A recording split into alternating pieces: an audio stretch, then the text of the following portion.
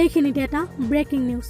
ওদালগুৰিৰ কলাইগাঁৱত ভয়ংকৰ পথ দুৰ্ঘটনাৰ পৰা কথমপি ৰক্ষা পৰে এটি পৰিয়াল।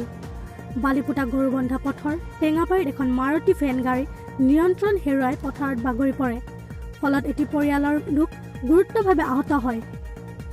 আহত লোকসকলক বৰ্তমান মঙলদৈ অসামৰিক চিকিৎসালয়ত প্ৰেৰণ কৰা হৈছে।